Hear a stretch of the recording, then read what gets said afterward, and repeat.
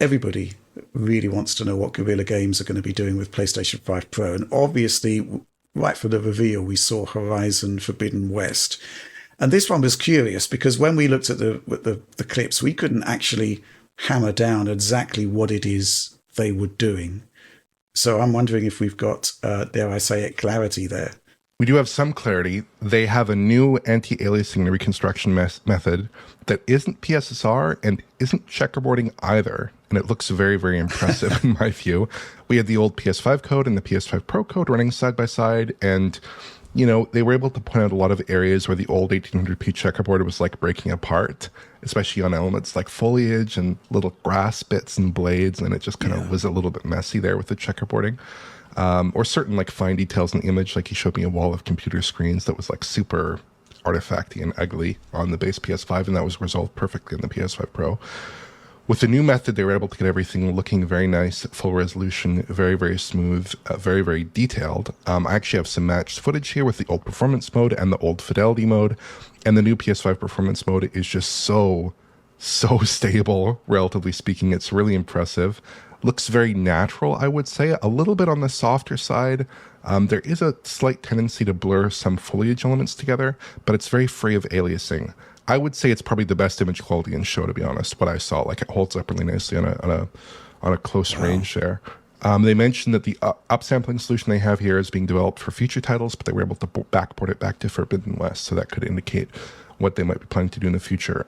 In terms of resolution numbers, I was able to get res counts on camera cuts and cutscenes of about 1440p or so. I saw 1584p is the highest number there. They contend, which I agree with, that this new performance mode on the PS5, which is running at 60 FPS with these additional visual features, I should mention, it is a 60 FPS mode, that it's preferable visually to their old fidelity mode. And they discussed their kind of goals with this new image reconstruction solution. And we kind of discussed how cameras naturally have a bit of sharpness fall off towards the edges, and the human eye isn't necessarily resolving a ton of local contrast in a lot of real life scenarios. Possibly John will be a little bit unhappy with that because it does lack that really pin sharp look of the original TAA that we had in Horizon, that very light touch TAA. But the image is so stable and it looks so good here. I think the trade-off is very much worth it. They will also offer a quality mode that basically takes that rendering setup and just renders the game out much more often at a full 4K. And I actually had a chat with Mikhail Vanderloo, technical director at Guerrilla, and Roderick Vanderseen, the world lighting and atmospheric lead at Guerrilla, and they kind of laid out their philosophy for the PS5 Pro mode selection, I thought, in a really interesting way. We've been really been focusing on getting the highest image quality out of 60 Hz. I mean, we've been profiling to that. We've been looking at all of the image quality improvements to that mode. We will name the mode slightly different in the patch that comes out, but we will leave all of the three modes in. We will, when a PS5 Pro is detected, it will inform you that there's new modes available, and it will default to this new mode. But we also don't want to take choice away from people. And I think especially like the enthusiast public, they want to see for themselves if they're running at 30 Hz, if the internal resolution might be a little bit higher, if that gives them something that they want. So we won't take choice away. But we do think that everybody will go for the 60 Hz mode because image quality is really good and it's really, really fast and buttery smooth. Friends don't let friends play with 30 Hz games. So yeah, and then there's also, of course, some details that I thought were interesting in that Mark Cerny name-checked some things about the PlayStation 5 Pro implementation, where he said that they had improved lighting and visual effects in hair and skin, and Guerrilla were able to clarify this for me as well. Yeah, so for the Pro, we were able to increase the filtering of shadows on forward-rendered objects like skin, like hair. For the lighting, we increased the sampling quality on the volumetrics, which means that we don't get a lot of the jittering anymore that we get from that we get on the base PS5.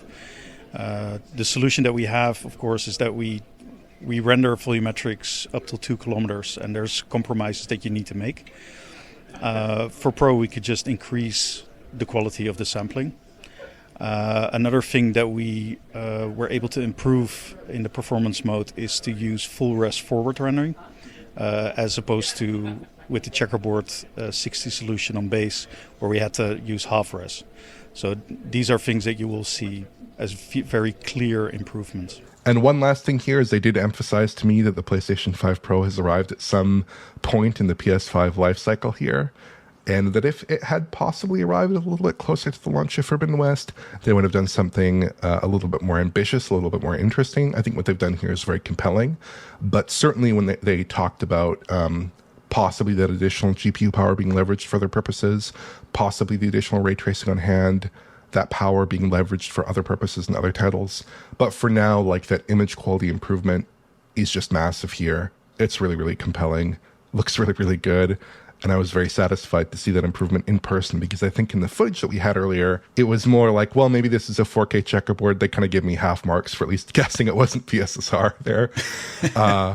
But, we had kind of speculated, like, yeah, it looks nicer, but, we only had a very limited variety of footage to look at. When you're actually looking at it in person, when you're actually able to put it through the paces in, like, challenging content, you really do see, like, wow, this is a really, really high-quality upsampling solution that's really resolving a lot of detail and is just very, very clean and temporally stable.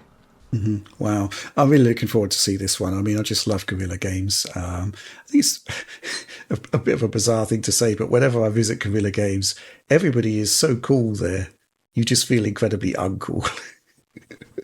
These guys are just so welcoming, so friendly, and so open, and just really know what they're doing. And I love the emphasis on bespoke technologies. They really do go the extra mile in getting everything they possibly can out of the hardware, and the concepts that we might actually be seeing more from the Decima engine in whatever their next title is on the PlayStation 5 consoles. Just fantastic stuff.